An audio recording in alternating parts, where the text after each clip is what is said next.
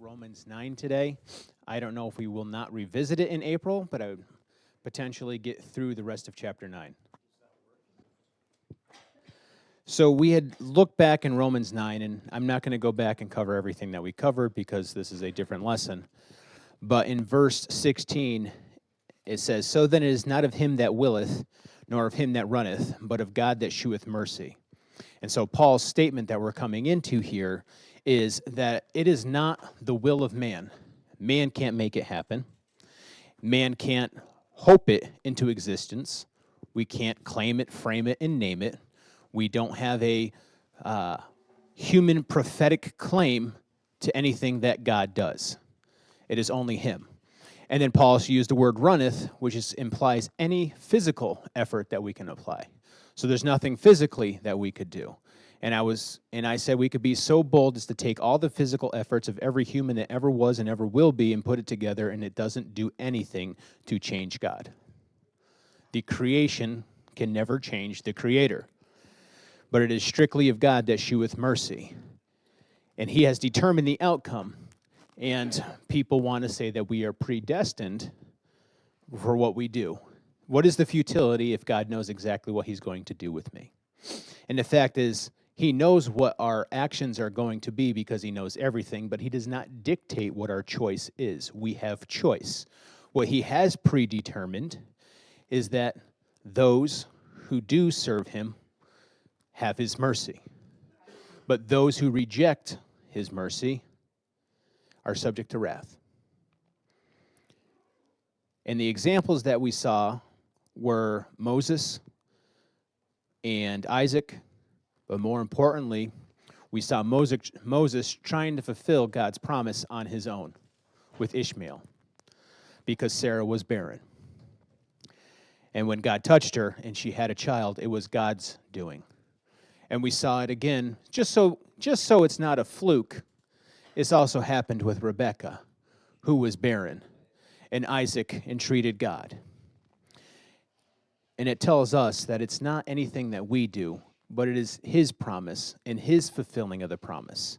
He doesn't make a promise that we can fulfill it. He will fulfill his purpose. And then we talked about Jacob and Esau, how Esau was the firstborn, but he despised his birthright. He didn't treat it. So even though we are given gifts, it's still up to us to treat it appropriately. We don't despise his mercy. And the third example was of Pharaoh, how Pharaoh's heart was hardened by not listening to God. I'm sorry, I'm finding it very distracting with this microphone instead of the... So I'm doing this because normally I'd be wringing my hands because that's my nervous fidget. So, anyways, so Pharaoh hardened his heart despite God showing mercy over and over again. And yet, as man, we want to say that God made Pharaoh's heart harden. That is not the case, because over and over and over again, he gave Pharaoh the opportunity to repent and demonstrated that God is God, and Pharaoh wasn't. And so after all this discourse, Paul's question says, or Paul's stating is, man's response is, why does God judge me if everything I do is going to serve him anyways? I mean, who can resist him if he is the creator, right? And we're creation and we can't resist him. Well, why can't I do what I want if he's going to get what he wants anyways? Why am I not free to do whatever I want when I want? Paul's response is basically, who is creation to call the Creator to task? And last week we looked at we are created in his image. He breathed into us the breath of life. And we are his workmanship. But the bottom line is we are still creation. Workmanship does not put us on a pedestal. God's love for us does not put us on a pedestal. It is his greatness. All things were created by him, for him. And in the verses we looked at, the imagery of the potter as the creator occurs in the Old Testament multiple times, and this is the imagery that he brings in, is that it's his work that determines what creation will be, where he says that same lump will be a vessel of unto honor or a vessel unto dishonor. Now, I want to deviate for a little bit and go into 2 Timothy 2, where our other main text was. And we're going to start at verse 15, but we're going to travel a little bit through it. So if you want to turn there, you're welcome to. Otherwise, you can listen along just fine. But it starts with, study to shew thyself approved unto God, a workman that needeth not to be ashamed, rightly dividing the word of truth. Now, my mind immediately goes to a workman that needeth not to be ashamed. Growing up in the trades, as a youngly licensed in a baby face, many people did not trust me to be able to do my job. There was many times where I can say that the customer locked the door and called the company to say, is this person really coming from you? I'm serious, that happened. And talking on the radio, no. And I remember one time, and maybe this is just my arrogance, I said, well, feel free to ask me any HVAC question. If I can't answer it, I'll leave. What's your questions? And I let him ask all the questions, and I answered him, and I said, okay, well, you knew more than the last guy who was much older than you, so come on in. That's not bragging. I guess it is bragging. But I was a workman that need not be ashamed in my work. I had done all the diligence necessary to become a workman. Not an apprentice, but a workman. There's a difference. You don't give the apprentice the engine to rebuild. You let them unscrew the oil filter, and then you tell them exactly how many quarts of oil to put in, and then you double check 2 or 3 times to make sure they didn't overfill it. And of course, you make sure they put the new filter back on. But that's where my brain goes right to, is immediately workman. But the truth is, we overlook what the word study means. Spoudazo, and that's as much Greek as you're going to get out of me. But that word study doesn't necessarily mean to stick your nose in the books and to just read about it. We know there's a difference between book knowledge and functional knowledge. But the word study here means to endeavor, to give all diligence. If I may be so bold, it means to cast everything else aside and make this your number one priority. Make this the number one thing in your life. Make this your goal, your focus, what you strive to. And we talked many times, the example of walking is, if you look to the side, you're going to trail to where you're looking. That's the natural habit of your body, is you're going to walk where you're looking. And this is saying, get your eyes focused, do due diligence, make it straight ahead, walk directly toward that path. And we have to, why? To shew thyself approved unto God, rightly dividing the word of truth. And that struck me because we have way too many YouTube experts nowadays. I watched a video on it. I'm an expert now. Well, I've seen something about that, or I heard it in passing, or I read a Facebook post, so now I'm an expert in this field. I'm a Christian, and I said I'm a Christian, so now I know everything about God. Do you? Have you spent time in His Word? More importantly, have you spent time with Him? Have you really absorbed it? Have you handled it? The imagery I have is when I did sheet metal, I got a brand new tin knocking hammer. Now, there's a special hammer for it. It's lightweight, square head, meant for putting tin. The handle was beautiful, very smooth, leather wrapped, sealed in epoxy. You know what it did? It gave me blisters. But after years of work and using it over and over again, that hard epoxy became a soft handle. That ridges would just fit the bumps in my hand perfectly. That when you grabbed onto it by feel, you're like, oh, that's my hammer. You could pick up someone else's and it's not quite right. I mean, I can do the job with it, but it's not mine. Have we showed ourselves workmen's by being able to pick up His Word and it's comfortable in our hands? because we've looked into it, because we've seen him? Do we have that relationship where we can reach out our hand and we grab his, we know it's his that we're holding? Have we really become that workman whose tools our hands know by hold?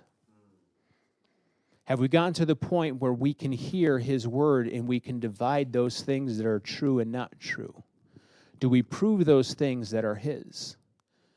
If we are the apprentice, we're going to get fooled. There's too many YouTube preachers. And I know the irony that you might be listening on YouTube in the future, so I get that. But again, the study is on an individual basis. It's up to each individual to study, to dig in. And continuing in 2 Timothy, it says, "But shun profane and vain babblings, for they will increase unto more ungodliness." And I think looking at the word profane means common, secular, non-biblical. And vain babblings is fruitless discussions.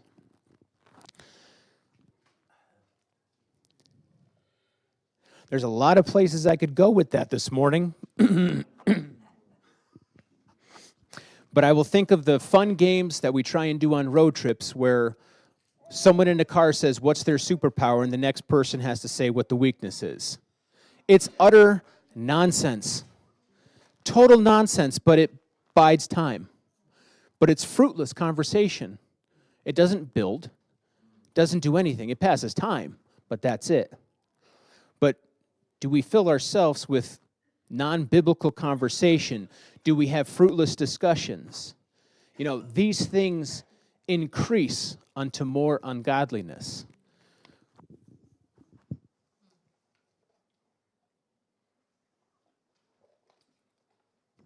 And I'll say that kind of strikes me as odd because you would think as a certain base amount of knowledge would be there, so at the very least you might not grow, but you would stagnate, stay the same, right? It says, no, increase unto more ungodliness. And it goes further in verse 17, it says, and their word will eat as doth a canker, of whom is Hymenaeus and Philetus. Thank you, Brother Lou. I was going to say Philetus. But what is a canker? We've had a canker sore before, raw, chafed. But a canker is a symptom of something much deeper. It's a fungus, a bacteria, or a disease. It eats away the flesh, and it will go all the way down to the bone if untreated. And I thought it was interesting because they use a canker most commonly in trees. And I was looking at the Morton Arboretum, is a website. It says a canker is rarely a symptom of an infection by various fungal and bacterial organisms. The pathogen often enters the host through an injury or open wound. Once the pathogen enters the wound, it can spread under the bark. Canker diseases frequently kill branches or structurally weaken them, making the infected branch more prone to storm damage. Further, canker disease organisms overwinter in existing spores. This disease causes organisms, they're not very strong of themselves, but they need a weakened host. Isn't that interesting? It needs a weakened host to get in. Most common on trees and shrubs under stress. Damage results when opportunistic fungal or bacterial pathogens enter a wound during stress, such as transplanting, drought, or winter. Other stress agents provide opportunities to include exposure to extremely high or low temperatures, flooding, summer, winter, hail, high winds, imbalances. You know, I can't help but think about all those things that came against Paul.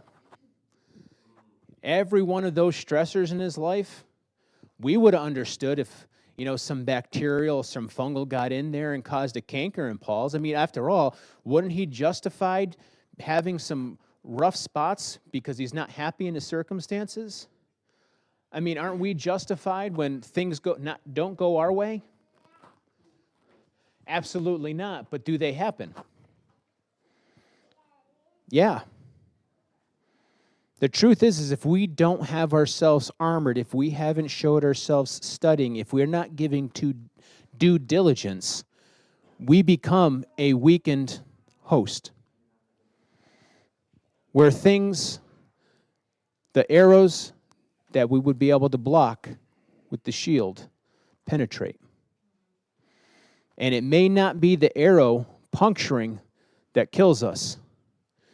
It might be the hurt or disease or bacteria that comes afterwards because we didn't get it cleaned. We didn't get it taken care of. And of those, in verse 18 it says, who concerning the truth have erred, saying that the resurrection is past already, and overthrew the faith of some. Erred from the truth. It makes me think of 2 Peter 1:9 and 1:10. But he that lacketh these things is blind, and cannot see afar off, and hath forgotten that he was purged from his old sins. Wherefore the rather, brethren, give diligence to make your calling and election sure, for if ye do these things, ye shall never fail. Now, I am not going to go to these things because I would love to spend a few classes on it, but these things start with faith. The definition of faith is in 2 Peter 1-4. Go look it up. But it is our personal, intimate knowledge of the person, plan, and identity of God that allows us to discern what he wants to do so that we can do it.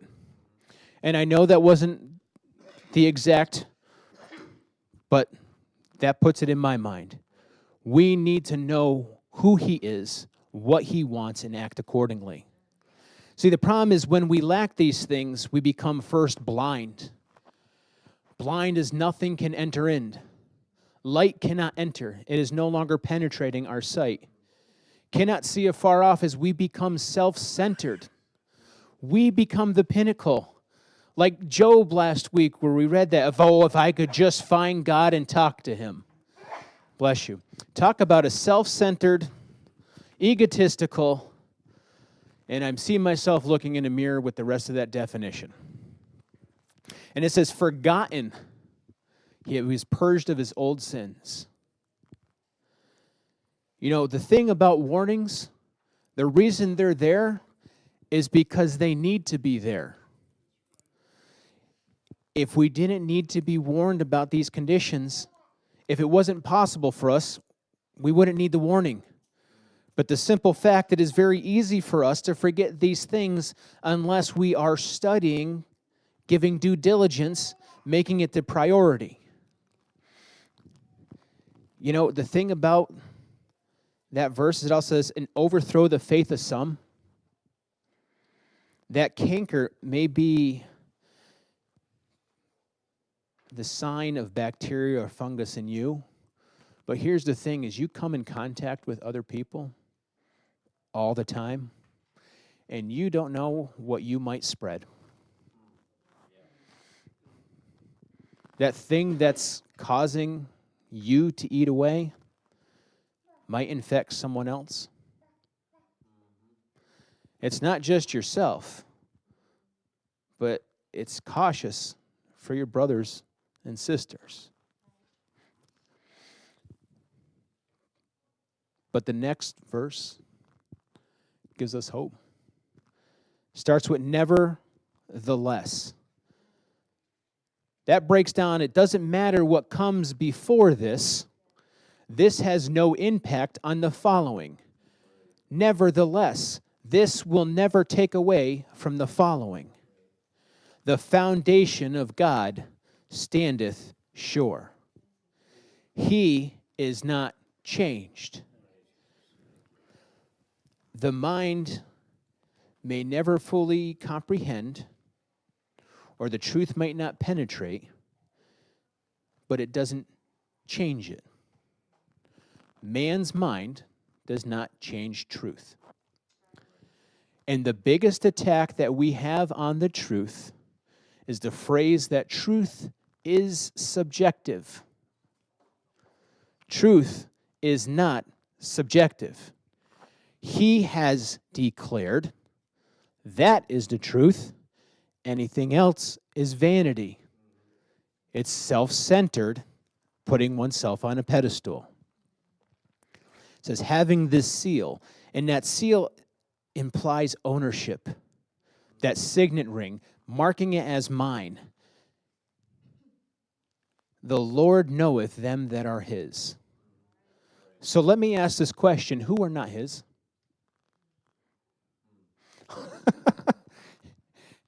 Yeah, that contradicts some of our thinking, doesn't it? Well, I'm his. If you're not saved, you're not his. That's a prevalent thought in Christendom, isn't it? It is. Thank you. Everything is his. He knoweth everything that is his. But this part says, and let everyone that nameth the name of Christ depart from iniquity. That word nameth doesn't mean I call on it. It means when you bear it, when you take it upon, when that name is put upon you, when you claim to be under that dominion. Depart, get away, clean break. Don't dabble in it. Don't live at the border. Don't live on the fence. You get to the center. You get to where that name is. And here's where we're tying into Romans. And I'm going to say, thank you, Bishop. But in a great house there are not only vessels of gold and of silver, but also of wood and of earth, and some to honor and some to dishonor. First of all, who owneth? God owneth. So whose house is it? His house. Gold, silver, wood, earth, unto honor or noble use, unto dishonor, non-noble, common use. You can dig deeper into that one. Romans 9:21 says, hath not the potter power over the clay of the same lump to make one vessel to honor, another to dishonor? He determines because creation is his. There is a gap here, though. There's something we got to pay attention. Because it says, if a man therefore purge himself from these. Is he saying purge himself from these vessels? Purge himself from the great house? It's an important question. What are these? What are the things that man has to purge himself from? Profane, non-biblical lifestyle. Vain babblings, a lifestyle that at best is considered neutral. Doesn't Paul say, not all things are profitable? Well, this is what you're saying, is those things that aren't profitable, get rid of. Definitely get rid of those things that take away, but get rid of the neutral things. And also, don't be cankerous. Don't be unarmed. Don't be subject to the whims that come along. Don't let it get into your skin spiritually. We're not talking scabies here. But don't let it get into your skin. Don't let it create a bacteria. Don't let it weaken you. Don't let the strength that God wants for you in the armor to be penetrated by the things of this world that have no place in his kingdom. We are told instead that we are to study, to endeavor, to give all diligence to those things that are of his kingdom. And what happens? He shall be a vessel unto honor. Which one? He. The ones, that also includes she, so put the stones down. It's those that purge themselves shall be vessels unto honor, sanctified, and meet for the master's use, and prepared unto every good work. Now, that does not mean you're going to be a pepperoni and cheese platter. That's not what the word meat means, okay? That word meat means profitable. If you want to be profitable in his kingdom, these things need to be purged, prepared for every good work. We are profitable when we give all diligence to hasten his kingdom and not ours. And it says, prepared unto every good work. And that word prepared, the connotation to it in the imagery is drawn from Oriental custom of sending one before kings on their journey to level the road and make it passable. In other words, remove those things that might hinder his kingship.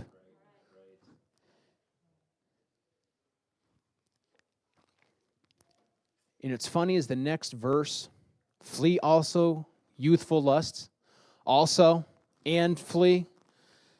Isn't our focus in our life, we start with flee youthful lusts and then know him. Flee also, know him first, period, and then fleeing youthful lust will be beneficial, will be possible. Again, there is a warning there because it's easy to fall into, regardless of who you are.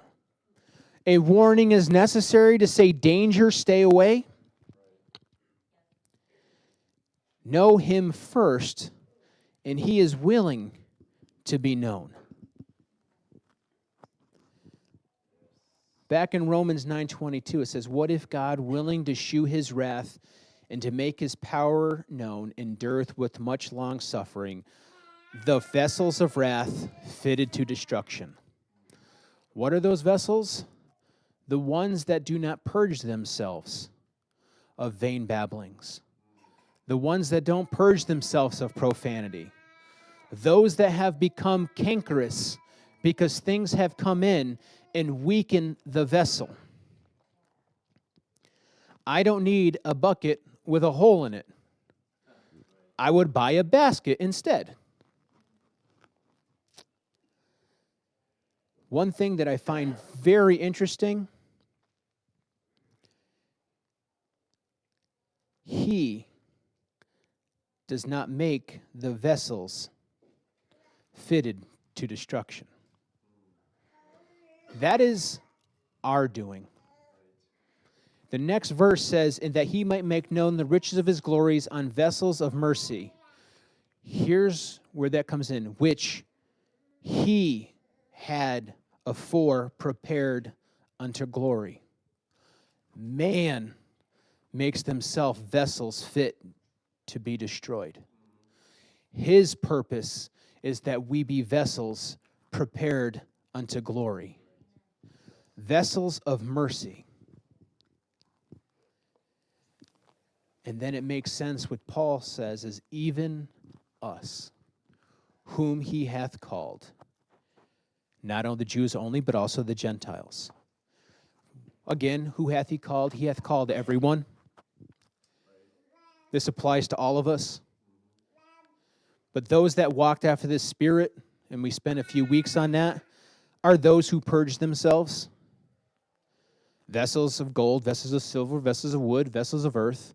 All these vessels are in his house.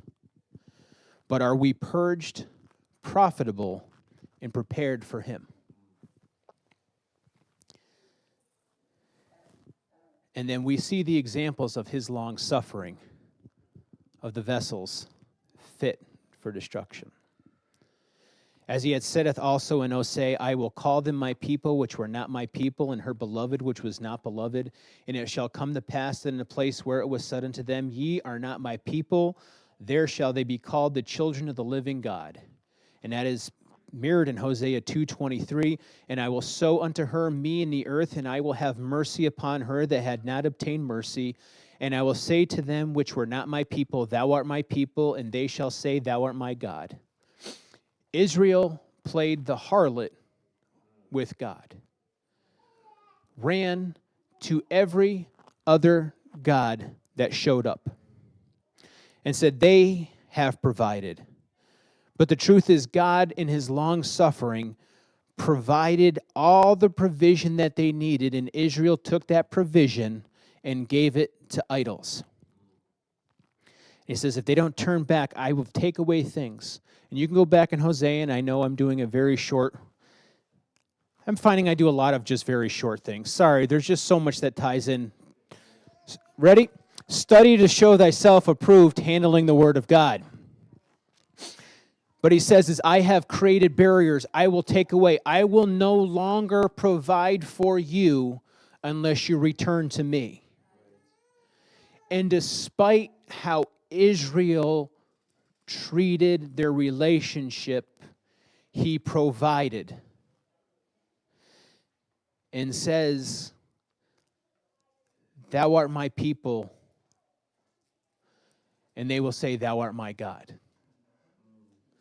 His long suffering, because those vessels were fit for destruction because it was their own doing. Never once did he say, I am making you destroy yourselves. It is you are refuting my mercy. In 27 it says, Zaius also crieth concerning Israel, though the number of the children of Israel be as the sand of the sea, a remnant shall be saved. For he will finish the work and cut it short in righteousness, because a short work will the Lord make upon the earth. This ties right back into the very first part of chapter 9, where he says, not all who call themselves Israel are Israel. You might be a great people, but you have not purged yourselves to be my people. In verse 29, and as Isaiah said before, except the Lord of Sabaoth had left us a seed, we had been as Sodom and had been made like unto Gomorrah.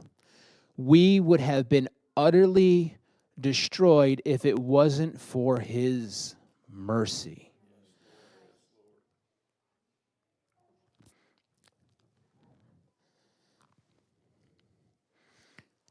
And Paul comes up with another question, as he does.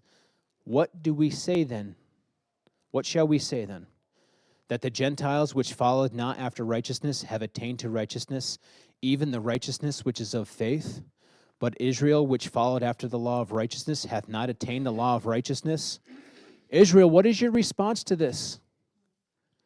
How can you now say, why does it matter what I do? How can you go and rebuke against the Creator when you see his mercy that he has bestowed upon his people, even us? Not just our history, but on all of us who are reading this now. The Gentiles obtained righteousness, which is of faith. Israel followed the righteousness of the law.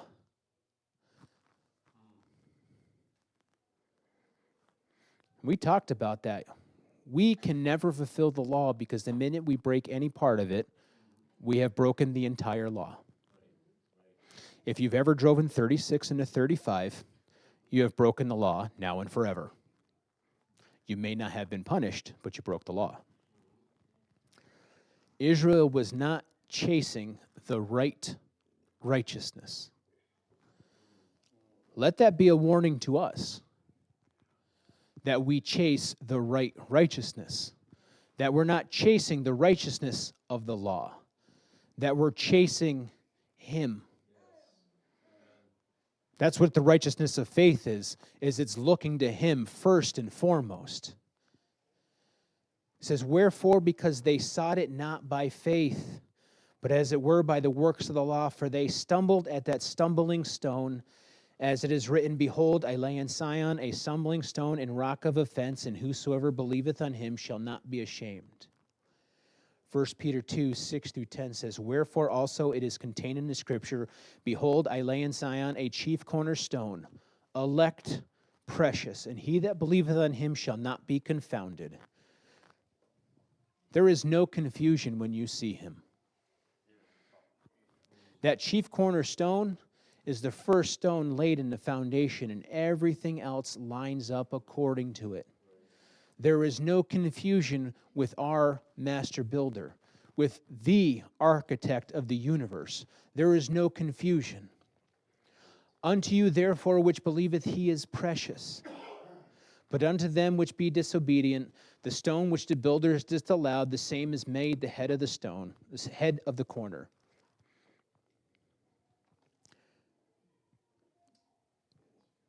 When they don't see him, they do not realize his beauty. We didn't realize his beauty until he revealed it. And a stone of stumbling, a rock of offense, even to them which stumble at the word, being disobedient, whereunto also they were appointed. But thank God there's that word but. But ye are a chosen generation, a royal priesthood, a holy nation, a peculiar people, because of his doing. And there is a purpose.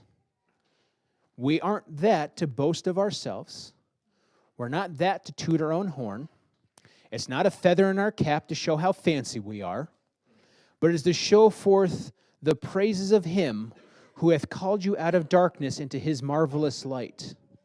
Sounds an awful lot like purging ourselves of those things, to be vessels, meet for him, prepared for him, for his use, which in times past were not a people, but are now the people of God, which have not obtained mercy, but now have obtained mercy. Why? They looked to the law and not to him. They knew the word of the law, but did not know him. The warning is there because it is important for us to heed the warning. It is important to know the word of the law. It is important to do due diligence to know what he says. But first and foremost, we need to know him. And I'm concluding. We can become very legalistic and lose focus on him. The problem with legalism is we no longer recognize ourselves for what we are. We think ourselves better than everyone else and lose sight of the fact that we are only here by his mercy and grace. And it's the same mercy and grace that calls that person that you despise, that you can't stand, that you're just absolutely appalled by. That is someone he died for. His long suffering is there. His mercy is for. Do we think our sin doesn't stink any less?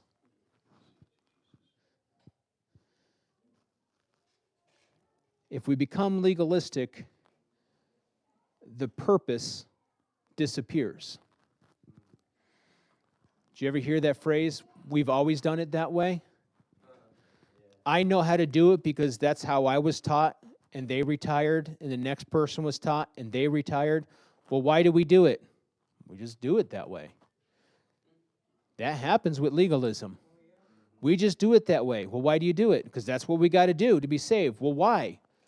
Well, just we got to do it. Well, who? I don't know. This is just the behaviors we have.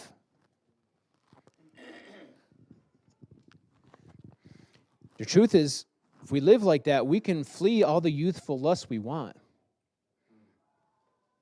We will never be vessels, meet for him, unless we are studying to show ourselves handlers of his word, knowers of him.